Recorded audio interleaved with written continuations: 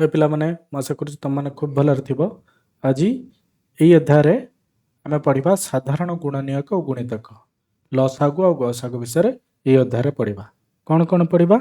प्रथमे जहाँ हमर पाठ अच्छी बही रे ता पढ़िबा, तापर जहाँ अभ्यास अच्छी ता पढ़िबा, तापर एई दुईटा पढ़ी सारला परे अभ्यास कर सारला परे एई विषय आदर्श विद्यालय परीक्षा रे नवोदय विद्यालय परीक्षा रे वृत्ति परीक्षा रे जो सब प्रश्न पत्र आसी से गुडाकर भी समाधान आमे पढ़िबा। केमिति पढ़िबा? पढ़िला बेले वीडियो को स्टॉप करी नोट करबा। जदि पढ़िला बेले तुम कोठी देखिलो कि मु किछि कथा कहूछि जोटा नोट करबा दरकार, वीडियो को बंद कर दबो, सेठी बंद कर देकी नोट करबा। खाता कलम काढ़ी रखिथिबो सेतरा नोट करबो। वीडियो को मूलरू शेष जाए भलिकी देखिबो। वीडियो को मूलरू शेष जाए भलिकी देखिबो। देखि साइला पर अभ्यास पत्र करबो जोटा लास्ट करछि आदर्श विद्यालय नवोदय विद्यालय रो जो प्रश्न पत्र गुडा शेष जाए करछि से गुडा भी तुम माने करबो। तबे चलो आरंभ करबा। जदि एजा आम चैनल आदर्श ओडिया को आपण माने सब्सक्राइब करि नाहंती तान दयाकरी सब्सक्राइब करि नियंतु। आमे नवोदय विद्यालय पई लाइव क्लासेस करूछु मागणा रे आपन को प्रिपेयर करिवु नवोदय विद्यालय पई आदर्श विद्यालय पई वृत्ति परीक्षा पई। एजा जदि आम चैनल को सब्सक्राइब करिना तान प्लीज सब्सक्राइब करि नियो। तबे चलो आरंभ करबा। पाठ 11 साधारण गुणनीयक और गुणितक विषय पढ़िबा। एबे कोन देइ देख किए केउठी रहि पारे। एटी कोन देइछ अगर प्रश्नटा देखिबा। ऊपरे करे कोन कहूछु ऊपरे थिबा प्राणी मानक मध्यरु जेउ माने केवल स्थल भाग रे रुहंती सेमानक नाम को लाल रंग वृत्त मध्य लेख। को माने स्थल भाग रे रुहंती? गेंडा रहे कि स्थल भाग रे? हां स्थल भाग रे रहे, जल भाग रे भी रहे। माछ जल भाग रे रहे, बतक स्थल भाग रे रहे, जल भाग रे भी रहे। कुंभीर स्थल भाग रे भी रहे, जल भाग रे भी रहे। कुकुर केवल स्थल भाग रे रहे, तारे एठा हम लिख देबा कुकुर। गाई भी स्थल भाग रे रहे। कंगारू भी स्थल भाग रे रहे। तापरे देखिया बाघ भी स्थल भाग रे रहे। भालू भी स्थल भाग रे रहे। जगह होने किंतु ए नाली या भीतर रखिया एटे ये कर दउची। हरिण भी स्थल भाग रे रहे। आउ बेंग स्थल भाग रे रहे, जल भाग दीटा जगह रे। बिलेई रहे स्थल भाग रे। गंडा भी रहे स्थल भाग रे। तने एतिके गेला स्थल भाग रहिया। स्थल भाग रे जे रहिवा तापर हम नाली चिन्ह दे देबा। एटे तो जगह होनी लेखिले एटी लिखिबा आउ नाली चिन्ह दे देबा। ताको के स्थल भाग रे रहिले? कुकुर, गाई, कंगारू, बाघ, बिलेई, गंडा, भालू, हरिण एमाने स्थल भाग रहिले। सेबा जे जल तापर कोन कहिछि सेडा एटी लिखि दबो। जेउ प्राणी माने केवल जल भाग रहंती सेमानक नाम नील रंग वृत्त मध्य लेख। एटी लिखिबा किए रहउचंती केवल जल भाग रे किए रहइबो? माछ, एटा हम लिखि दबा माछ। आउ उभय स्थल आउ जल रे एठी गर दी जेउ प्राणी उभय स्थल और जल भाग रे वास करंती सेमानक नाम को उभय वृत्ताकृति क्षेत्र साधारण अंश सबुज रंग रे एई जगह हम लिखिबा। ए देखो ये वृत्त रे भी अछि और ये वृत्त रे भी अछि। एटा अछि दी जनकर साधारण जगह दीटा जगह रे अछि। तो एठी लिखिबा। एठी कोन लिखिबा? किए उभय जल और स्थल रे रहि पारे? गेंडा। आउ किए रहि पारे? कुंभीर। आउ किए? बत्तक, बेंग। ए सब उभय स्थल और जल भाग रहि पारे। ता नाम कोन जानले? केतेक प्राणी आमे एठी देखिले अछंती जो माने केवल स्थल भाग रहि पारिए। एमिति भालू, हरिण ए सब केतेक प्राणी आमे देखिले जोटा केवल जल भाग रहि पारिए जेमति माछ। आउ केतेक प्राणी अछंती दीटा जगह रहि परिबे जाको आमे कोनती साधारण दीटा जगह साधारण जगह एई अंश रहि सेठी आमे लिखिबा। जेमिति कि बेंग, बत्तक ए सब। 12 गुणनीयक गुड़िक किए? 12 गुणनीयक गुड़िक किए? केमिति जानिया गुणनीयक गुड़िक? 1 रो गुणी आरंभ करिया। 1 गुणन 12 1 तो सब संख्यार गोटे गुणनीयक। तापर 2 के पणिकार कोठे आछि? 212। 3 के पणिकार आछि? हां 3 4 12। 4 के पणिकार आछि? हां 4 3 12। 5 के पणिकार आछि कि ना? 6 के पणिकार आछि 6 दुणे 12। तापर आसीबो 12 के पणिकार 12 के 12 निजे उठे भी निजर गुणनीयक या पूर्व क्लास रे हम करिसंती गुणनीयक केमिति काढंती। जदि सेटा देखिनो प्रथम सेटा देख जाई ताने 12 रो गुणनीयक गुडक किया हला 1 2 3 4 6 12। एटी सेटा लिखा है 1 2 3 4 6 12। 18 गुणनीयक गुडक काढिया। 18 गुणनीयक किए? 1 तो ही हम जानछंती 1 सब संख्यार गुणनीयक 1। तापर 2 रो अछि 2 9 18। तापर 3 अछि 3 16 18। 4 के पणिकार अछि कि ना? 5 के पणिकार अछि कि ना? 6 के पणिकार अछि 6 3 18। 7 के पणिकार अछि कि ना? 8 के पणिकार अछि कि ना? 9 के पणिकार अछि 9 दुणे 18। तापर 10 के नहीं, 11 के नहीं, 12 के नहीं, 13 के नहीं, 14 के नहीं, 15 के नहीं। तापर 18 के पणिकार अछि 18 के 18। ताले के गेला 18 गुणनीयक गुडाक 1 2 3 6 9 18। 1 2 3 6 9 18। ये होची 1 2 3 4 6 12। ताले एई जो दीटा 12 और 18 साधारण गुणनीयक किए? साधारण गुणनीयक किए ना ମାନେ କ'ଣ ନା ସେ 12 ଗୁଣନୀୟକ ଭିତରେ ଥିବ ଆଉ 18 ଗୁଣନୀୟକ ଭିତରେ ଥିବ, ଦୁଇଟା ଜାଗାରେ ଥିବ। କିଏ? 1 ଦୁଇଟା ଜାଗାରେ ଅଛି, ତାହେଲେ 1 ହେଇଗଲା ଗୋଟେ ସାଧାରଣ ଗୁଣନୀୟକ, ଦୁଇଟା ଜାଗାରେ ଥିବ। 2 ଦୁଇଟା ଜାଗାରେ ଅଛି, ହଁ 2 ବି ଗୋଟେ ସାଧାରଣ ଗୁଣନୀୟକ ହେଇଗଲା। 3 ଦୁଇଟା ଜାଗାରେ ଅଛି, 3 ବି ଗୋଟେ ସାଧାରଣ ଗୁଣନୀୟକ ହେଇଗଲା। 4 ନା 4 ଦୁଇଟା ଜାଗାରେ ନାହିଁ। 6 ବି ଦୁଇଟା ଜାଗାରେ ଅଛି, ତାହେଲେ 6 ବି ଗୋଟେ ସାଧାରଣ ଗୁଣନୀୟକ ହେଇଗଲା। ତାହେଲେ 1 2 3 6 ହେଉଛି ସାଧାରଣ ଗୁଣନୀୟକ। ସାଧାରଣ ଗୁଣନୀୟକ ମାନେ କ'ଣ? ଇଏ 12 ଗୁଣନୀୟକ ଆଉ 18 ଗୁଣନୀୟକ ଦୁଇଟା ଜାଗାରେ ଅଛି, ଦୁଇଟା ଜାଗାର ଗୁଣନୀୟକ ଇଏ। 12 ବି ଗୁଣନୀୟକ 1, 18 ବି ଗୁଣନୀୟକ 1, 12 ବି ଗୁଣନୀୟକ 2, 18 ବି ଗୁଣନୀୟକ 2, 12 ବି ଗୁଣନୀୟକ 3, 18 ବି ଗୁଣନୀୟକ ଦେଖିଲେ ଆମେ 3, 12 ଗୁଣନୀୟକ 6, 18 ଗୁଣନୀୟକ ବି 6, ତାହେଲେ ଏଇଟା ସାଧାରଣ ଗୁଣନୀୟକ। କିଏ? ନା ଏଇଠି ଦେଖ, ଏଇଠି ଏଇ ଯୋଉ ହଳଦିଆ ପତ୍ରରେ ଆମେ ଲେଖିଛନ୍ତି 12 ଗୁଣନୀୟକ ଗୁଡାକ। କିଏ କିଏ? ନା 4 12 1 2 3 4 6 12, 1 2 3 4 6 12 ଏଠି ଲେଖା ହେଇଛି। ସେଭଳିଆ 18 ଗୁଣନୀୟକ କିଏ? ନା 1 2 3 6 9 18, ତାହେଲେ ଏତିକି 1 2 3 6 ହେଇଗଲା ସାଧାରଣ ଗୁଣନୀୟକ। ସାଧାରଣ ଗୁଣନୀୟକ ମାନେ ନା 12 ବି ଗୁଣନୀୟକ, 18 ବି ଗୁଣନୀୟକ। ଏଠି ଦେଖ, ଯଦି ଆମେ ଦେଖିବା 4 ଗୋଟେ ସାଧାରଣ ଗୁଣନୀୟକ ହବ କି? 12 ଆଉ 18 ହବନି, କାରଣ ଏଟା କେବଳ 12 ଗୁଣନୀୟକ, 18 ଗୁଣନୀୟକ ନୁହଁ। ସେଭଳିଆ 12 ଗୋଟେ ସାଧାରଣ ଗୁଣନୀୟକ ହବ କି? ନା, 12ଟା ହଉଛି 12 ଗୁଣନୀୟକ, 18 ଗୁଣନୀୟକ ଭିତରେ 12 ଅଛି କି? ନା, ନାହିଁ। ତାହେଲେ ସାଧାରଣ ଗୁଣନୀୟକ ଗୁଡାକ କିଏ ହେଇଗଲା? 12 ଆଉ 18, 1 2 3 6, ଏଇଟା ଯୋଉ ଦେଖିଲା ଆମେ 1 2 3 6, ଯୋଉଟା କି ଏଠି 12 ଗୁଣନୀୟକ ଭିତରେ ବି ଅଛି ଆଉ 18 ଗୁଣନୀୟକ ଭିତରେ ବି ଅଛି। 12 ଗୁଣନୀୟକ ଗୁଡ଼ିକୁ ପ୍ରଥମ ପତ୍ରରେ ଲେଖାଯାଇଛି। ଏଇଠି ଦେଖ 12 ଗୁଣନୀୟକ ଗୁଡା ଲେଖା ହେଇଛି, ଏଠି 12 ଗୁଣନୀୟକ ଗୁଡା ଲେଖା ହେଇଛି। 18 ଗୁଣନୀୟକ ଗୁଡାକ ଦ୍ୱିତୀୟ ପତ୍ରରେ ଲେଖାଯାଇଛି, ଏଠି 18 ଗୁଣନୀୟକ ଗୁଡା ଲେଖା ହେଇଛି। ଏଇଠି 18 ଗୁଣନୀୟକ ଗୁଡା ଲେଖା ହେଇଛି। 12 ଓ 18 ସାଧାରଣ ଗୁଣନୀୟକ ହେଲା 1 2 3 6, ଆମେ ଯୋଉଟା ଦେଖିଲେ 1 2 3 6। 12 ଓ 18 ସାଧାରଣ ଗୁଣନୀୟକ କେଉଁ ପତ୍ରରେ ଲେଖା ହେଇଛି? ନା ଏଇ ପତ୍ରରେ ଲେଖା ହେଇଛି। ଏଇଟା ଏଇ ପତ୍ରର ମଝି ପତ୍ରକୁ ଆମେ କହିଦବା ସବୁଜ ପତ୍ରରେ ଲେଖାଯାଇଛି। ସବୁଜ ପତ୍ରରେ ଦି ଜଣଙ୍କର ସାଧାରଣ ଗୁଣନୀୟକ ବା ଦିଟାରେ 12 ବି ଗୁଣନୀୟକ, 18 ଗୁଣନୀୟକ, ସେଟା ଏଇ ମଝି ପତ୍ରରେ ଲେଖାଯାଇଛି। ଏବେ କ'ଣ କହୁଛି ଦେଖ, ସଂଖ୍ୟା ଯୋଡ଼ାର ଗୁଣନୀୟକ ଲେଖି ସାଧାରଣ ଗୁଣନୀୟକ ବାହାର କର। 6ର ଗୁଣନୀୟକ ଗୁଡ଼ିକ କିଏ? ଚାଲ କରିକି ଦେଖିବା ଗୋଟେ ଗୋଟେ। 6ର ଗୁଣନୀୟକ ପ୍ରଥମେ କାଢିବା। 6ର ଗୁଣନୀୟକ କିଏ? 1 ଗୋଟେ ତ ହେଇଯିବ, ଆମେ ଜାଣିଛନ୍ତି 1 ସବୁ ସଂଖ୍ୟାର ଗୁଣନୀୟକ। 2 ହବ ଗୋଟେ ଗୁଣନୀୟକ, ହଁ, କାରଣ 2 3 6, 2ରେ 3 ଗୁଣିଲେ 6 ମିଳିଯାଉଛି, ତାହେଲେ 2 ବି ଗୋଟେ ଗୁଣନୀୟକ ହବ। 3 ବି ଗୋଟେ ଗୁଣନୀୟକ ହବ, କାରଣ 3 କେପଣିକାରେ ବି 6 ଅଛି। 4 ହବନି, 5 ହବନି, ତାପରେ ହବ 6, 6 କେ 6, 6 ନିଜେ ହବ। ତାହେଲେ 6ର ଗୁଣନୀୟକ ଗୁଡାକ କିଏ ହେଲା? 1 2 3 6। 6ର ଗୁଣନୀୟକ ଏଠି ଗୋଟେ ଲେଖିଦେଇଛି 1 2 3 6। 8ର ଗୁଣନୀୟକ ଗୁଡାକ କାଢିବା। 8ର ଗୁଣନୀୟକ କିଏ? 1 ଗୁଣନ 8, ତାପରେ 2 ବି ଗୋଟେ ଗୁଣନୀୟକ ହେଇଯିବ, କାରଣ 2 ଗୁଣନ 4। 3 ହବ କି? ନା, 4 ହବ, 4 ଗୁଣନ 2, ତାପରେ ହେଇଯିବ 8 ଗୁଣନ 1 ନିଜେ। ତାହେଲେ 8ର ଗୁଣନୀୟକ ହେଇଗଲା 1 2 4 8, 1 2 4 8। ତେବେ ସାଧାରଣ ଗୁଣନୀୟକ କିଏ ହେଲା? ଯୋଉଟା ଦିଟା ଜାଗାରେ ଅଛି। 1 ପ୍ରଥମେ ଲେଖିଦେବା 1, 2 ଦିଟା ଜାଗାରେ ଅଛି। 6ର ବି ଗୁଣନୀୟକ, 8ର ବି ଗୁଣନୀୟକ। 3 ନା ହବନି, 6 ନା ହବନି, 4 ନା ହବନି, 8 ନା ହବନି। ତାହେଲେ ସାଧାରଣ ଗୁଣନୀୟକ କିଏ ହେଲା? 1 ଆଉ 2। ଏଇଠି ଦେଖ ଲେଖା ହେଇଛି 6 ଓ 8ର ସାଧାରଣ ଗୁଣନୀୟକ ହେଉଛି 1 ଆଉ 2 ହେଲା। ସେମିତି ଚାଲ ତାପର ପ୍ରଶ୍ନ କରିବା। ଖରେ କ'ଣ କହିଛି? ସଂଖ୍ୟା ଯୋଡ଼ିକ କିଏ? 15 ଆଉ 45। 15 ଗୁଣନୀୟକ ଗୁଡାକ କାଢିବା ପ୍ରଥମେ। 15 ଗୁଣନୀୟକ ଗୁଡାକ କିଏ ହବ? 1 ଗୁଣନ 5 15, 1 ଗୁଣନ 15 15, ତାପରେ ଆଉ ଗୋଟେ କିଏ ହବ? 15ର ଗୁଣନୀୟକ ଗୁଡାକ କାଢିବା। 1 ତ ସବୁ ସଂଖ୍ୟାର ଗୁଣନୀୟକ, ତାହେଲେ 1 ଗୁଣନ 15 15 ହେଇଗଲା। ତାପରେ ହବ 3 5 15, ତାପରେ ହେଇଯିବ 5 3 15, ତାପରେ ଆଉ କେହି ନୁ ଯାଇକି ପୁଣି 15 15 କେ 15, ତାହେଲେ ହେଇଯିବ 1 3 5 15।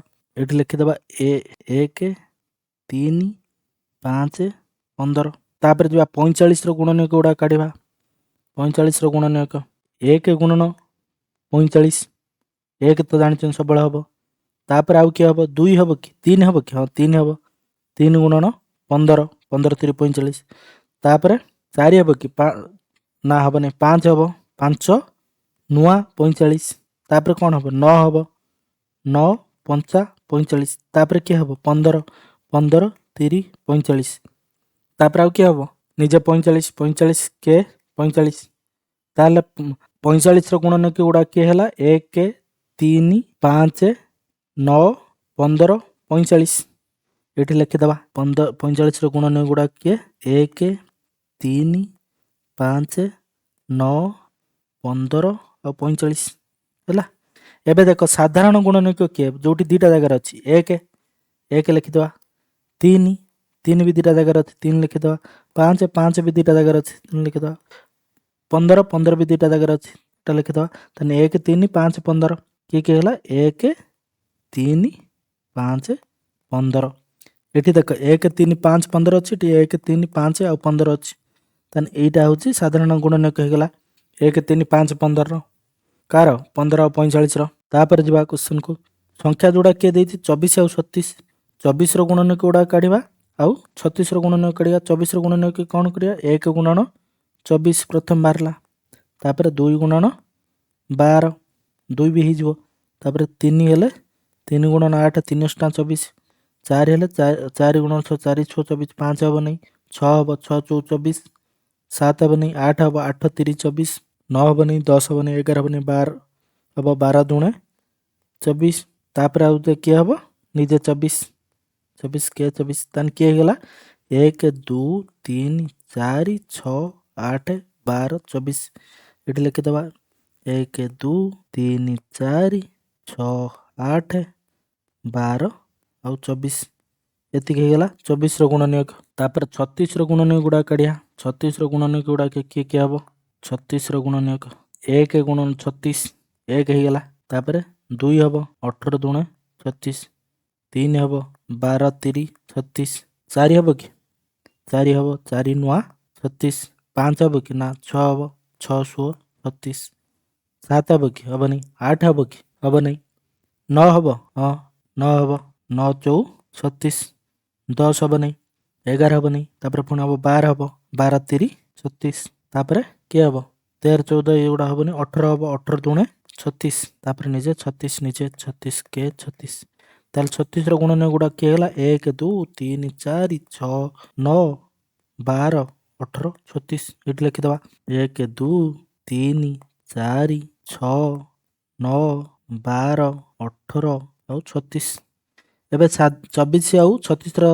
ସାଧାରଣ ଗୁଣନ କିଏ ଯୋଉଟା ଦୁଇଟା ଜାଗାରେ ଅଛି 1 2 3 4 ଏଠି ଲେଖିଦେବା ଏଠି 1 ଅଛି ଏଠି 1 ଅଛି 1 ଲେଖିଦେବା ଏଠି 2 ଅଛି ଏଠି 2 ଅଛି 2 ଲେଖିଦେବା ଏଠି 3 ଅଛି ଏଠି 3 ଅଛି 3 ଲେଖିଦେବା ଏଠି 4 ଅଛି ଏଠି 4 ଅଛି 4 ଲେଖିଦେବା ଏଠି 6 ଅଛି ଏଠି 6 ଅଛି 6 ଲେଖିଦେବା ଏଠି 8 ଅଛି ଏଠି 8 ଅଛି କି ନା ନାଇଁ ତାପରେ ଏଠି 12 ଅଛି ଏଠି 12 ଅଛି ହଁ 12 ଅଛି ଏଇ ତ 12 ଏଠି 12 ଅଛି ଏଠି 12 ଅଛି 12 ଲେଖିଦେବା ତାହେଲେ ଏଇଗୁଡ଼ାକ ହେଇଗଲା ତାର ସାଧାରଣ ଗୁଣନକ କିଏ 1 2 3 4 6 12 1 2 3 ଏଠି ଅଛି ଏଠି ଅଛି 4 ଏଠି ଅଛି ଅଛି ଅଛି 6 ଏଠି ଅଛି ଏଠି ଅଛି 8 ନାହିଁ 12 ଏଠି ଅଛି ଏଠି ଅଛି ଆଉ ଏତିକି ତ ଆଉ 1 2 3 4 6 12 ଏତିକି ହେଇଗଲା ତାର ସାଧାରଣ ଗୁଣନୀୟକ। ଆମେ କ'ଣ ଜାଣିଲେ ତାହେଲେ ଦୁଇଟି ସଂଖ୍ୟାର ଗୁଣନୀୟକ ମଧ୍ୟରୁ ଯେଉଁ ଗୁଣନୀୟକଟି ଉଭୟ ସଂଖ୍ୟାର ଗୁଣନୀୟକ ସେଗୁଡ଼ିକୁ ସାଧାରଣ ଗୁଣନୀୟକ କୁହାଯାଏ। ଆମେ ସେଇଟା ଦେଖିଲେ ଯେଉଁ ଦୁଇଟି ସଂଖ୍ୟାର ଗୁଣନୀୟକ ଭିତରୁ ଇଏ ଗୋଟେ ସଂଖ୍ୟା ଇଏ ଗୋଟେ ସଂଖ୍ୟା 24 36 ଯେଉଁ ସଂଖ୍ୟାର ୟାର ଗୁଣନୀୟକ ୟାର ଗୁଣନୀୟକ ଯଦି ଏଠି ଥିବ ଦୁଇଟା ଜାଗାରେ ଥିବ ତାହେଲେ ସିଏ ହେଇଗଲା ସାଧାରଣ ଗୁଣନୀୟକ। ଏଗୁଡ଼ା ସବୁ ସାଧାରଣ ଗୁଣନୀୟକ କହିବା। ଏବେ ଦେଖ କ'ଣ କହୁଛି 24 ଓ 36 ର ସାଧାରଣ ଗୁଣନୀୟକ ମଧ୍ୟରୁ ସବୁଠାରୁ ସାନ କିଏ 24 ଆଉ 36 ର ସାଧାରଣ ଗୁଣନୀୟକ ଭିତରୁ ସବୁଠାରୁ ସାନ କିଏ ସବୁଠାରୁ ସାନ ତ 24 ଆଉ 36 ର ସାଧାରଣ ଗୁଣନୀୟକ କିଏ ଏଠି 1 ଅଛି ଏଠି 1 ଅଛି ତାହେଲେ ସବୁଠାରୁ ସାଧାରଣ ଗୁଣନୀୟକ ଭିତରୁ ସବୁଠାରୁ ସାନ କିଏ ସବୁବେଳେ 1 ହେବ ଜାଣିଥିବ ସବୁଠାରୁ ସାନ 24 ଓ 36 ର ସାଧାରଣ ଗୁଣନୀୟକ ମଧ୍ୟରୁ ସବୁଠାରୁ ବଡ଼ କିଏ 24 ଆଉ 36 ର ସାଧାରଣ ଗୁଣନୀୟକ ଭିତରୁ ସବୁଠାରୁ ବଡ଼ କିଏ ଏଠି 1 2 3 4 6 12 12 ହେଉଛି ସବୁଠାରୁ ବଡ଼ ସାଧାରଣ ଗୁଣନୀୟକ ଭିତରୁ 12 ସବୁଠାରୁ ବଡ଼ ସବୁଠାରୁ ସାନ ହେଉଛି 1 ସବୁଠାରୁ ବଡ଼ ହେଉଛି 12 ତାହେଲେ ଇଏ ହେଉଛି 12 24 ଓ 36 ର ସବୁଠାରୁ ବଡ଼ ସାଧାରଣ ଗୁଣନୀୟକ କୁ 24 ଓ 36 ର ଗରିଷ୍ଠ ସାଧାରଣ ଗୁଣନୀୟକ କୁହାଯାଏ। ଏଇ ଯେଉଁ ସବୁଠାରୁ 24 ଆଉ 36 ର ଯେଉଁ ସବୁଠାରୁ ବଡ଼ ସାଧାରଣ ଗୁଣନୀୟକ ବାହାରିଲା କିଏ ବାହାରିଲା 12 12 ସବୁଠାରୁ ବଡ଼ ସାଧାରଣ ଗୁଣନୀୟକ ସେଥିପାଇଁ ଏକୁ କୁହାଯାଏ ଗରିଷ୍ଠ ସାଧାରଣ ଗୁଣନୀୟକ ବା ଗ ସା ଗୁ ଗ ମାନେ ଗରିଷ୍ଠ ସା ମାନେ ସାଧାରଣ ଗର ହର୍ଷକର ଗୁଣନୀୟକ ଗରିଷ୍ଠ ମାନେ କ'ଣ ବଡ଼ ତାହେଲେ 24 ଆଉ 36 ର ଯେତିକି ସାଧାରଣ ଗୁଣନୀୟକ ହେଉଛି ତାର ସବୁଠାରୁ ବଡ଼ ଗୁଣନୀୟକ ହେଉଛି 12 ସେଥିପାଇଁ 12କୁ କୁହାଯାଏ ଗରିଷ୍ଠ ସାଧାରଣ ଗୁଣନୀୟକ ବା ଗସାକୁ ସାଧାରଣ ଗୁଣନୀୟକ ସଂଖ୍ୟା ପରେ ଗସାକୁ କୁହାଯାଏ ଛୋଟରେ ଆମେ ଗସାକୁ କହିବା। ଏବେ କୁହ ଏଠାରେ ଗରିଷ୍ଠ ଶବ୍ଦଟି କେଉଁ ଶବ୍ଦ ବଦଳରେ ବ୍ୟବହାର କରାଯାଇଛି ଗରିଷ୍ଠ ଶବ୍ଦ କାହା ବଦଳରେ ବ୍ୟବହାର କରାଯାଇଛି ବଡ଼କୁ ଆମେ ଗରିଷ୍ଠ କହିବା ସବୁଠାରୁ ବଡ଼ ସାଧାରଣ ଗୁଣନୀୟକ ହେଉଛି ଗରିଷ୍ଠ ସାଧାରଣ ଗୁଣନୀୟକ ହେଲା। ସଂଖ୍ୟା ଦୁଇଟି 10 15 10 15 ଗସାଗୁ ବା ଗରିଷ୍ଠ ସାଧନକ ଗୁଣନୀୟ କେତେ ହେବ? ଚାଲ ପ୍ରଥମେ 10 ଆଉ 15 ଗୁଣନୀୟକ କାଢ଼ିବା। ପ୍ରଥମେ 10ର ଗୁଣନୀୟ ଗୁଡ଼ିକ କିଏ? 1 ଗୁଣନ 10 10, 2 ଗୁଣନ 5 10, ତାପରେ 3 ହେବନି 4 ହେବନି, 5 ଗୁଣନ 2 10, ତାପରେ 10 ଗୁଣନ 1 10। ତାହେଲେ ୟାର ଗୁଣନୀୟକ ଗୁଡ଼ା କିଏ ହେଲା? 1 2 5 10, ତାପରେ 15 କାଢ଼ିବା। 1 ଗୁଣନ 15 15, 3 ଗୁଣନ 5 15, 5 ଗୁଣନ 3 15, ତାପରେ 15 କେ 15। ୟାର ଗୁଣନୀୟ ଗୁଡ଼ାକ କିଏ ହେଲା? 1 3 5 15। ତେବେ ସାଧାରଣ ଗୁଣନୀୟକ ଗୁଡ଼ାକ କିଏ? ସାଧାରଣ ଗୁଣନୀୟକ ଗୁଡ଼ାକ କିଏ କିଏ ହେଲା? 1 2 ତ ହେବନି, 2 ଏଠି ଅଛି ଏଠି ନାହିଁ, 3 ଏଠି ଅଛି ଏଠି ନାହିଁ, 5 1 ଆଉ 5 1 ଆଉ 5 ଯଦି ସାଧାରଣ ଗୁଣନୀୟକ ହେଲା, ୟାଙ୍କ ଭିତରୁ ଗରିଷ୍ଠ ବା ବଡ଼ କିଏ? 5। ତାହେଲେ 10 ଓ 15ର ଗରିଷ୍ଠ ସାଧାରଣ ଗୁଣନୀୟକ ବା ଗସାଗୁ କେତେ ହେଇଯିବ? 5 ହେଇଯିବ। ହେଲା, ସେଇଠି ଏଇଟା ସମାଧାନ କରିକି ଦେଇଛି। ଦେଖ, ପ୍ରଥମ ସଂଖ୍ୟା 10, 10ର ଗୁଣନୀୟକ କିଏ? 1 2 5, 1 2 5 10 ଦେଖିଲେ। 15 ଗୁଣନୀୟକ କିଏ? 1 3 5 15, 1 3 5 15। 10 ଓ 15ର ସାଧାରଣ ଗୁଣନୀୟକ କିଏ? 1 ଆଉ 5। ଏଇଠି ଦେଖିଲେ ଆମେ 1 ଆଉ 5, 1 5 ମଧ୍ୟରୁ ବଡ଼ କିଏ? 5। ତାହେଲେ ନିର୍ଣ୍ଣୟ ହେଉଛି ଗରିଷ୍ଠ ସାଧାରଣ ଗୁଣନୀୟକ ବା ଗସାଗୁ ହେଉଛି 5। ଏବେ କ'ଣ କହିଛି? ଦୁଇଟି ସଂଖ୍ୟାର ଗସାଗୁ ନିର୍ଣ୍ଣୟ କରିବାର ପ୍ରଣାଳୀ। କେମିତି ଗସାଗୁ କାଢ଼ିବା ଦୁଇଟି ସଂଖ୍ୟାର? ପ୍ରଥମ ସୋପାନ ପ୍ରଥମ ସଂଖ୍ୟାର ଗୁଣନୀୟକ ଗୁଡ଼ାକ ଲେଖିବା, ଆମେ ଯେମିତି ଲେଖିଥିଲେ। ତାପରେ କ'ଣ କରିବା? ଦ୍ୱିତୀୟ ସଂଖ୍ୟାର ଗୁଣନୀୟକ ଗୁଡ଼ାକ ଲେଖିବା। ତାପରେ ତୃତୀୟ ସୋପାନ କ'ଣ କରିବା? ସାଧାରଣ ଗୁଣନୀୟକ ଗୁଡ଼ାକ ଲେଖିବା, ଯେଉଁଟା ପ୍ରଥମରେ ଥିବ ଦ୍ୱିତୀୟରେ ଥିବ। ତାପରେ ଶେଷରେ କ'ଣ କରିବା? ସେଇ ସାଧାରଣ ଗୁଣନୀୟକ ଭିତରୁ ସବୁଠାରୁ ବଡ଼ ଯିଏ ତାକୁ କାଢ଼ିଦେବା, ବଡ଼ ଯିଏ ତାକୁ କାଢ଼ିଦେବା। ତାହେଲେ ଆମର ହେଇଯିବ ଏଇଟା। ଏବେ ଦେଖ, 48 ଓ 72ର ଗସାଗୁ ନିର୍ଣ୍ଣୟ କର ବୋଲି କହିଛି। ଚାଲ କାଢ଼ିବା। ପ୍ରଥମେ 48ର ଗୁଣନୀୟକ ଗୁଡ଼ାକ କାଢ଼ିବା, ତାପରେ 72ର ଗୁଣନୀୟକ ଗୁଡ଼ାକୁ କାଢ଼ିବା, 72ର ଗୁଣନୀୟକ ଗୁଡ଼ାକୁ କାଢ଼ିବା। ତାପରେ ସାଧାରଣଙ୍କ ଭିତରେ ଯିଏ ଯେଉଁ ଗୁଣନୀୟକ ଗୁଡ଼ାକ 48ରେ ବି ଅଛି 72ରେ ଅଛି ତାକୁ କାଢ଼ିବା, ସାଧାରଣ ଗୁଣନୀୟକ। ତାପରେ ଏଇ ସାଧାରଣ ନିୟକ ଭିତରୁ ସବୁଠାରୁ ବଡ଼ ଯିଏ ତାକୁ କାଢ଼ିଦେବା। ଏତିକି କଲେ ଆମର ହେଇଯିବ। ତେବେ ଚାଲ ଆରମ୍ଭ କରିବା। 48ର ଗୁଣନୀୟକ ଗୁଡ଼ାକ ପ୍ରଥମେ ଆରମ୍ଭ କରିବା। 48ର ଗୁଣନୀୟକ ଗୁଡ଼ାକ କିଏ କିଏ ହେବ? 48ର ଗୁଣନୀୟକ 1 ତ ହେଇଗଲା ଗୋଟେ, 1 ଅଷ୍ଟ 48, ତାପରେ 2 ହେଇଯିବ, 2 ଗୁଣନ 24 48, ତାପରେ 3 ହେଇଯିବ, 3 ହେଇଯିବ, 3 ଗୁଣନ 16 16 3 48, ତାପରେ 4 ହେଇଯିବ, 4 ଗୁଣନ 12 12 4 48, 5 ହେବ ନାହିଁ, 6 ହେବ, 6 ହେଇଯିବ, 8 16 48 6 ଅଷ୍ଟ 48, ତାପରେ 7 ହେବନି, 8 ହେଇଯିବ, 8 16 48, ତାପରେ 9 ହେବ ନାହିଁ, 10 ହେବ ନାହିଁ, 11 ହେବ ନାହିଁ, 12 ହେବ, 12 4 48, ତାପରେ କିଏ ହେବ? ତାପରେ ହେଇଯିବ 16 ହେଇଯିବ, 16 3 48, ତାପରେ ହେଇଯିବ 24 24 ଦୁଣେ 48, ତାପରେ ନିଜେ 48। ତାହେଲେ କିଏ ହେଇଯିବ? 1 2 3 4 6 8 12 16 24 48। ଏଠି ଲେଖିଦେବା। 48ର ଗୁଣନୀୟକ ଗୁଡ଼ିକ ହେଲା 1 2 3 4 6 8 12 16। ଏଠି ଇଂଲିଶରେ ଲେଖିଦେଲି, ହଉ ଛାଡ଼, ଏଇଭଳିଆ ଲେଖିଦେବା। 16 ଏଟା 1 2 12, ଏଟା 16, ଏଟା 2 4 24, ତାପରେ 48। ଏତିକି ହେଇଗଲା। ତାପରେ 72ର ଗୁଣନୀୟକ ଗୁଡ଼ାକ କାଢ଼ିବା। 7 2 72, 72ର ଗୁଣନୀୟକ ଗୁଡ଼ାକ କାଢ଼ିବା। ପ୍ରଥମେ ତ 1 ହେଇଯିବ, 1 ଗୁଣନ 72, ତାପରେ 2 ହେଇଯିବ 36, 2 ଗୁଣନ 36 ହେଉଛି 72, ତାପରେ 3 ହେଇଯିବ, 3 ଗୁଣନ 24, ତାପରେ 4 ହେଇଯିବ, 4 ଗୁଣନ 18, ତାପରେ 6 ହେଇଯିବ, 4 ଗୁଣନ 18, 6 ଗୁଣନ 12 12 72, ତାପରେ ହେଇଯିବ 9 ହେଇଯିବ, 9 ଅଷ୍ଟ 72, ତାପରେ 8 ହେଇଯିବ, 8 9 72, ତାପରେ 9 ହେଇଯିବ, 9 ଅଷ୍ଟ 72, ତାପରେ 12 ହେଇଯିବ, 12 16 72, ତାପରେ କିଏ ହେବ? 18 ହେଇଯିବ, 18 4 72, ତାପରେ 24 ହେଇଯିବ, 24 3 72, ତାପରେ 36 ହେଇଯିବ, 36 ଦୁଣେ 72, ତାପରେ 72 ନିଜେ 7 2 72 72 କି 72। ତାହେଲେ 72ର ଗୁଣନୀୟକ କିଏ ଗୁଡ଼ା କିଏ ହେଇଗଲା? 1 2 3 4 6 8, 1 2 3 4 6 8 9 12 9 12 9 12 18 24 36 72, 9 12 18 24 36 72। ଏତିକି ହେଇଗଲା। ଏବେ କହୁଛି 4 48 ଓ 72ର ସାଧାରଣ ଗୁଣନୀୟକ ଗୁଡ଼ିକ କିଏ? ସାଧାରଣ କିଏ? ଏଠି ଅଛି 1, ଏଠି ଅଛି 1 1 ହେଇଗଲା, ଏଠି ଅଛି 2, ଏଠି ଅଛି 2 2 ହେଇଗଲା, ଏଠି ଅଛି 3, ଏଠି ଅଛି 3 3 ହେଇଗଲା, ଏଠି ଅଛି 4, ଏଠି ଅଛି 4 4 ହେଇଗଲା, ତାପରେ 6 ଏଠି 6 ଏଠି ବି ଅଛି 6 6 ହେଇଗଲା। ତାପରେ 8 ଏଠି ଅଛି 8 ଏଠି ବି ଅଛି 8 8 ହେଇଗଲା। ତାପରେ 12 ଏଠି ବି ଅଛି 12 ଏଠି ବି ଅଛି 12 12 ହେଇଗଲା। ତାପରେ ଆଉ କିଏ 24 24 ଏଠି ବି ଅଛି ଏଠି ବି ଅଛି 24 ହେଇଗଲା। ତାହେଲେ ଏତିକି ହେଇଗଲା 1 2 3 4 6 8 12 24। ଆଉ ତାଙ୍କ ଭିତରେ ବଡ଼ କିଏ ସବୁଠାରୁ 48 72 ସାଧାରଣ ଗୁଣନୀୟକ ଭିତରୁ ସବୁଠାରୁ ବଡ଼ କିଏ 24। ତାହେଲେ 48 ଆଉ 72ର ଗରିଷ୍ଠ ସାଧାରଣ ଗୁଣନୀୟକ କେତେ ହେଇଯିବ 24 ହେଇଯିବ। ଗସାଗୁ ଆଉ କେମିତି କାଢ଼ିପାରିବା ନା ଗସାଗୁ କାଢ଼ିବାର ଆଉ ଗୋଟେ ବି ଉପାୟ ଅଛି। କେମିତି? ଯେମିତି ଆମେ ଜାଣିଥିଲେ ଏଇଠି ଦେଖିଥିଲେ 10 ଓ 15 10 ଓ 15ର ଗସାଗୁ କେତେ ହେଇଥିଲା? ଗସାଗୁ ବା ଗରିଷ୍ଠ ସାଧାରଣ ଗୁଣନୀୟକ 5 ହେଇଥିଲା। ତାକୁ ଚାଲ 10 15 କାଢ଼ିବା। ହେଲା 10 15। ୟାର ଆମେ ଗସାଗୁ କାଢ଼ିବା। କେମିତି କାଢ଼ିବା? ତମେ ଦେଖ 10 ଆଉ 15କୁ ଲେଖିଦେବ।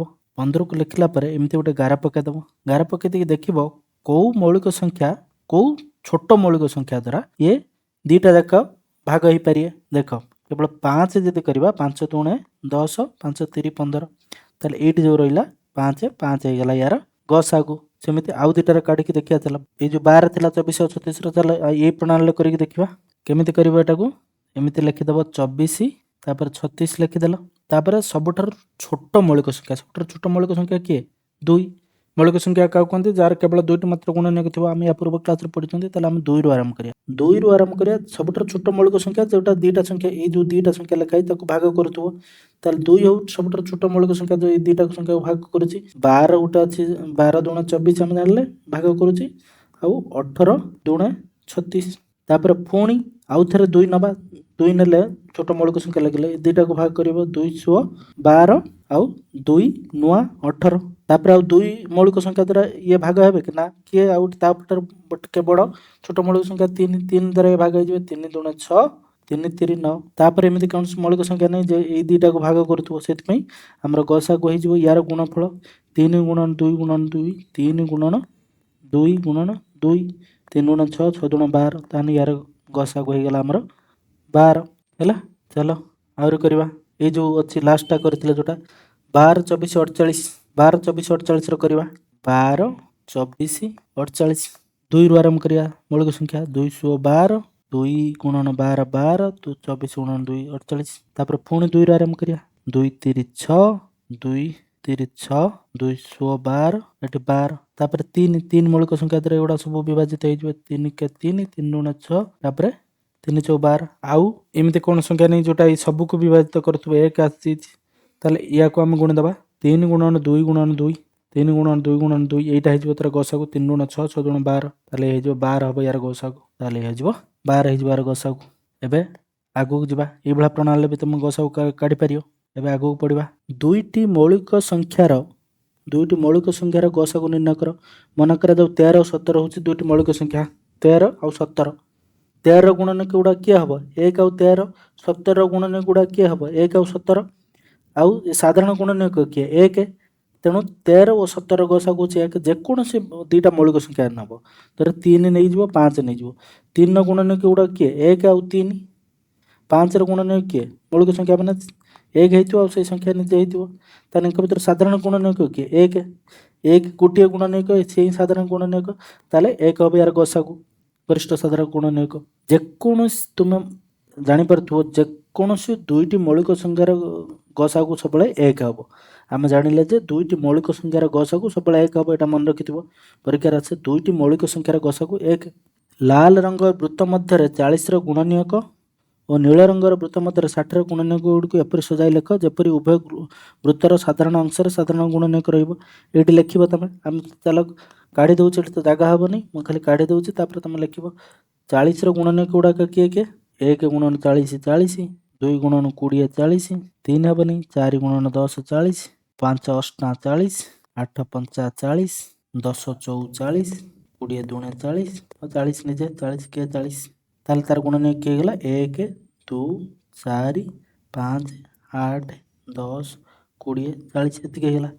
ତାପରେ 60ର ଗୁଣନୀୟକ ଗୁଡ଼ା କାଢ଼ିବା। 1 ଗୁଣନ 60 2 ଗୁଣନ 30 3 ଗୁଣନ 20 4 ଗୁଣନ 15 5 ଗୁଣନ 12 6 ଗୁଣନ 10 ତାପରେ 10 ଗୁଣନ 6 12 ଗୁଣନ 5 15 ଗୁଣନ 4 20 ଗୁଣନ 3 ତାପରେ 30 ଗୁଣନ 2 ତାପରେ 60 ଗୁଣନ 1 ତାହେଲେ ୟାର ଗୁଣନ ଗୁଡ଼ା କିଏ ହେଇଗଲା 1 2 3 4 5 6 10 12 15 20 30 60 ତାକୁ ଲେଖିଦେବ ଆଉ ତାଙ୍କ ଭିତରୁ ଯିଏ ସାଧାରଣ ଗୁଣନକ ସେଗୁଡ଼ା କାଢ଼ିଦେବ କାଢ଼ିକି ଏଠି ଲେଖି ହେବ ଏଇ ଜାଗାରେ ଲେଖିଦେବ ହେଲା। ମାର ଡିଆଁ। ତାହେଲେ ଡିଆଁ ମାରିବା କ'ଣ କହୁଛି କେମିତି ଡିଆଁ ମାରିବା? ବେଙ୍ଗ ଥରକେ 3 ଘର ଡେଇଁବ ସେ ଯେଉଁ ଘର ଦେଇଯିବ ସେଗୁଡ଼ିକ ରଙ୍ଗ କର। ଏଇ ତ ବେଙ୍ଗ ଥରକେ 3 ଘର ଡେଇଁଲା। ପ୍ରଥମେ 3 ତାପରେ କେଉଁଠିକି ଯିବ? ତାପରେ 6 ଏଇଠିକି ଡେଇଁବ। ତାପରେ 9 ତାପରେ 12 ତାପରେ 15 ତାପରେ 18 ତାପରେ 21 3ଟା ଲେଖା ଘର ଡେଇଁବ। ତାପରେ 24 ତାପରେ 27 ତାପରେ 30 ତାପରେ 33 ତାପରେ 36 ତାପରେ 39 ବେଙ୍ଗ ଏଇ ଘର ଡେଇଁଯିବ। ଝିଣ୍ଟିକା ଥରକେ 4ଟା ଘର ଡେଇଁବ। ସିଏ କେଉଁ ଘର ଦେଇକି ଯିବ? ଚାଲ ତାକୁ ରଙ୍ଗ କରିବା। 4 ତାପରେ 4ଟା ଘର ଡେଇଁଲା 1 2 3 4 8ର ତାପରେ 8 ପରେ 12 12 ପରେ 16 16 ପରେ 20 4ଟା ଘର ଡେଇଁବ। 20 ପରେ 24 24 ପରେ 28 28 ପରେ 32 32 ପରେ 36 36 ପରେ ସିଧା ଯାଇକି 4ଟା ଘର ଦେଇକି 40ରେ ପହଞ୍ଚିବ। ବେଙ୍ଗ କେଉଁ ସଂଖ୍ୟା ଦେଇ ଯିବ? ବେଙ୍ଗ କେଉଁ ସଂଖ୍ୟା ଦେଇଗଲା?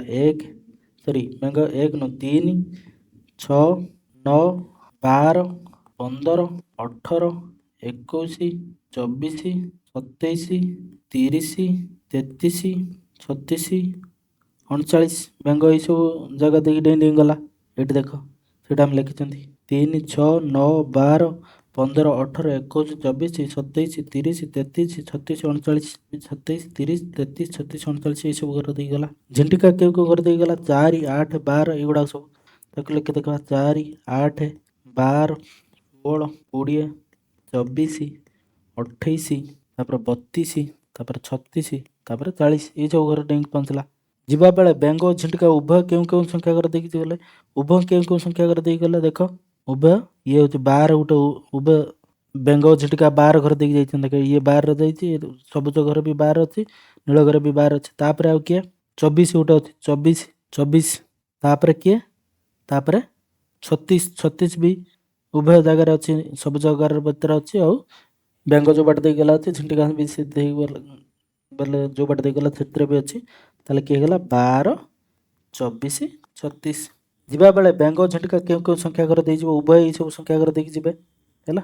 ଏବେ ତଳ ପ୍ରଶ୍ନ ଗୋଟେ ଉତ୍ତର ଲେଖ। ବେଙ୍ଗ ଥରକେ କେତୋଟି ଘର ଡେଉଁଛି? 3। ବେଙ୍ଗ କେଉଁ ସଂଖ୍ୟା ଛୁଇଁ ଗଲା? ଆମେ ଏଟା ଉପରେ ଲେଖିଛନ୍ତି 3 6 9 12 ଏଇସବୁ 15 ଏଇସବୁ ସଂଖ୍ୟା ଦେଇକି। ଝିଣ୍ଟିକା ସେଇ ସଂଖ୍ୟା ଗୁଡ଼ିକ 3ର ଗୁଣିତକ କି? ହଁ ଏଗୁଡ଼ା 3ର ଗୁଣିତକ କହିବା। ଗୁଣିତକ କାହାକୁ କହିବା? ଆମେ ପୂର୍ବ କ୍ଲାସ୍ରେ ପଢ଼ିଛନ୍ତି ଗୋଟେ ସଂଖ୍ୟା ସହିତ 3 ସହିତ ଯଦି ଆମେ 1 2 3 4 5 6 ଏମିତି ଅଗଣିତ ସଂଖ୍ୟା ଗଣି ଚାଲିବା ଯାହା ଗୁଣଫଳ ଆସିବ ସିଏ ହେଉଛି 3ର ଗୁଣିତକ। ତାହେଲେ 3ର 1 ଗୁଣିଲେ 3 3ର 2 ଗୁଣିଲେ 6 3ର 3 ଗୁଣିଲେ 9 3ର 4 ଗୁଣିଲେ 12 3ର 5 ଗୁଣିଲେ 15 3ର 6 ଗୁଣିଲେ 18 ତାହେଲେ ଏଗୁଡ଼ା 3ର ଗୁଣିତକ। ତାହେଲେ ଯେଉଁ ବାଟ ଦେଇକି ବେଙ୍ଗ ଯାଇଛି 3 6 9 12 15 18 ସେଗୁଡ଼ା 3ର ଗୁଣିତକ। ଝିଣ୍ଟିକା ଥରକେ କେତୋଟି ଘର ଡେଉଁଛି? 4ଟା ଘର। ଝିଣ୍ଟିକା କେଉଁ ଘର ଛୁଇଁ ଦେଇଗଲା? କେଉଁ ଘର? 4 8 12 16 20 ଏଇସବୁ ଘର ଛୁଇଁ ଦେଇଗଲା। ସେଇ ସଂଖ୍ୟା ଗୁଡ଼ିକ 4ର ଗୁଣିତକ କି? ହଁ ଏଇଟା ଗୋଟେ 4ର ଗୁଣିତକ। 4ର ଗୁଣିତକ କେମିତି ଜାଣିନା? 4 ସହିତ 1 ଗୁଣିଆ 2 ଗୁଣିଆ 3 ଗୁଣିଆ 4 ଗୁଣିଆ 5 ଗୁଣିଆ ଏଗୁଡ଼ା ସବୁ ସଂଖ୍ୟା ଗୁଣି ଯିବା ଯାହା ବାହାରିବ ସେଗୁଡ଼ାକ ହେଉଛି 4ର ଗୁଣିତକ। 4ର 1 ଗୁଣିଲେ 4 4ର 2 ଗୁଣିଲେ 8 4ର 3 ଗୁଣିଲେ 12 ତାହେଲେ 4 8 12 ତାପରେ 4 4 16 ଏଗୁଡ଼ା ସବୁ 4ର ଗୁଣିତକ। ବେଙ୍ଗ ଓ ଝିଣ୍ଟିକା ଉଭୟ ଯେଉଁ ଘର ସଂଖ୍ୟା ଗୁଡ଼ାକୁ ଛୁଇଁ ଗଲେ ତାହେଲେ କେଉଁ ସଂଖ୍ୟା ଗୁଡ଼ାକ ବେଙ୍ଗ ଝିଣ୍ଟିକା ଦୁଇଟା ଛୁଇଁ ଗଲେ? 12 24 36। ଲକ୍ଷ୍ୟ କର 3ର ଗୁଣିତକ ଗୁଡ଼ିକ ହେଲା 3 6 9 12 15 18 21 24 ଏଗୁଡ଼ା ସବୁ ଅଗଣିତ ଚାଲିଲା। 4ର ଗୁଣିତକ ହେଲା କିଏ? 4 ଦୁଣା 8 4 3 4 4 ଦୁଣା 8 4 3 12 4 4 16 4 5 20 ଏଭଳିଆ ଅଗଣିତ। 3 ଓ 4ର ସାଧାରଣ ଗୁଣିତକ କିଏ? ନା ଇଏ ଗୋଟେ 12 ହେଇପାରିବ ତାପରେ 24 ହେଇପାରିବ ଦୁଇଟା ଜାଗାରେ ଥିବ ତାପରେ 36 ହେଇପାରିବ ଏଇଭଳିଆ ଚାଲିଲା। ବହୁତ ସାରା ଅଗଣିତ ଗୁଣିତକ ହେବ। ତାର 3 4ର ସାଧାରଣ ଗୁଣିତକ ଗୁଡ଼ିକ ବି ବହୁତ ହେବ। ବହୁତ ସାରା ସାଧାରଣ ଗୁଣିତକ ହେବ। ତେବେ 3 4ର ସାଧାରଣ ଗୁଣିତକ ମଧ୍ୟରୁ ସବୁଠାରୁ ସାନ ହେଉଛି 12। ଯେତେ 3 ଓ 4ର ବହୁତ ସାରା ସାଧାରଣ ଗୁଣିତକ ବାହାରିବେ ତା ଭିତରୁ ସବୁଠାରୁ ସାନ କିଏ? 12। ଏହାକୁ 3 ଓ 4ର ଲଘିଷ୍ଠ ସାଧାରଣ ଗୁଣନକ। ଲଘିଷ୍ଠ ମାନେ ଛୋଟ ଲଘିଷ୍ଠ ସାଧାରଣ ଗୁଣନୀୟକ ବା ସାନ ସାଧାରଣ ଗୁଣିତକ ଏହାକୁ 3 ଓ 4ର ଲଘିଷ୍ଠ ସାଧାରଣ ଗୁଣିତକ ବା ସଂକ୍ଷେପରେ ଲସାଗୁ ବୋଲି କୁହାଯାଏ। ତେବେ ଅର୍ଥାତ୍ 3 ଓ 4ର ଲସାଗୁ ହେଉଛି 12। ତାମାନେ ବୁଝିପାରିଲ କ'ଣ କହୁଛି ଲସାଗୁ ମାନେ 3 ଆଉ 4। 3 ଆଉ 4ର 3ର ଗୁଣିତକ ଗୁଡ଼ାକ କାଟିଦେବ, 4ର ଗୁଣିତକ ଗୁଡ଼ାକ କାଟିଦେବ। ଅସଂଖ୍ୟ ଗୁଣିତକ ଏଙ୍କର 3ର ଗୁଣିତକ କିଏ? 3, 6, 9, 12, 15, 18, 21, 24 ଏଇଭଳିଆ ଅସଂଖ୍ୟ ଗୁଣିତକ। ଏଗୁଡ଼ା 4ର ଗୁଣିତକ କିଏ? 4 × 4, 4 × 8, 4 × 12, 4 × 16, 4 × 5 = 20, 4 × 24 ୟାର ବି ସେଇଭଳିଆ ଅସଂଖ୍ୟ ଗୁଣିତକ। ତେବେ 3 ଆଉ 4 ଭିତରେ ସାଧାରଣ ଗୁଣିତକ ଗୁଡ଼ା କିଏ? ନା 12 ଏଠି 2ଟା ଜାଗାରେ ଅଛି, 24 ଏଠି 2ଟା ଜାଗାରେ ଅଛି, 36 ଏଠି 2ଟା ଜାଗାରେ ଅଛି। ଏଇଭଳିଆ ଅନେକ ଗୁଣିତକ ବାହାରିବ। ସେଇ ଗୁଣିତକ ଭିତରୁ ସବୁଠାରୁ ସାନ ଗୁଣିତକ କିଏ? 12 ହେଲା, ଯେଟା ସାଧାରଣ ଗୁଣିତକ, ଯିଏ 2ଟା ଜାଗାରେ ଅଛି, 3ରେ ବି ଅଛି, 4ରେ ଅଛି, 4ର ବି ଗୁଣିତକ, 3ର ଗୁଣିତକ। ଏଇ ସବୁଠାରୁ ସାନ ଗୁଣିତକୁ ଆମେ କୁହନ୍ତି ଲସାଗୁ ବା ଲଘିଷ୍ଠ ସାଧାରଣ ଗୁଣିତକ। ଲଘିଷ୍ଠ ସାଧାରଣ ଗୁଣିତକ ବା ଲସାଗୁ କୁହନ୍ତି। ଏବେ ଚାଲ 3 ଆଉ 5ର ଲସାଗୁ କାଢ଼ିବା। 3 ଆଉ 5ର ଲସାଗୁ କେମିତି କାଢ଼ିବ? 6 + 3 ଆଉ 5ର ଯେକୌଣସି ସଂଖ୍ୟାର ଲସାଗୁ କାଢ଼ିବା। 3 ଆଉ 5 ଏଠି 3କା ପଣିକା ଲେଖି ଚାଲିବା। 3ରେ 1, 2, 3, 4 ସବୁ ଗଣି ଲେଖି ଚାଲିବା। 3 ଏଟା ମୁଁ ଇଂଲିଶରେ ଲେଖୁଛି, 3 ଆଉ 5। 3ର ଗୁଣିତକ ଗୁଡ଼ାକ କିଏ? 3, 6, 9, 12, 15, 15, 18, 18, 21 ଏଇସବୁ ଅଗଣିତ। ଏଗୁଡ଼ା 5ର କିଏ? 5, 10, 15, 20, 25 ଏଇଭଳିଆ ଚାଲିଲା। ତା ଭିତରେ ଅଗଣିତ। ଏ ଭିତରେ ସାଧାରଣ ଗୁଣିତକ କିଏ? ପ୍ରଥମ ସାଧାରଣ ଗୁଣିତକ ଯେଉଁଟା ଦେଖୁଛି 15 ବାହାରିଲା। ତାହେଲେ 15 ହେଉଛି ସବୁଠାରୁ ସାଧାରଣ ଗୁଣିତକ, ଯେଉଁଟା 3ର ବି ଅଛି, 5ର ବି ଗୁଣିତକ, 3ର ବି ଗୁଣିତକ। 15 ହେଉଛି ସବୁଠାରୁ ଛୋଟ ସାଧାରଣ ଗୁଣିତକ। ସେଥିପାଇଁ ୟାକୁ କହିବା ଲଘିଷ୍ଠ ସାଧାରଣ ଗୁଣିତକ ବା ଲସାଗୁ, ଏଇଆ କହିବା ହେଲା।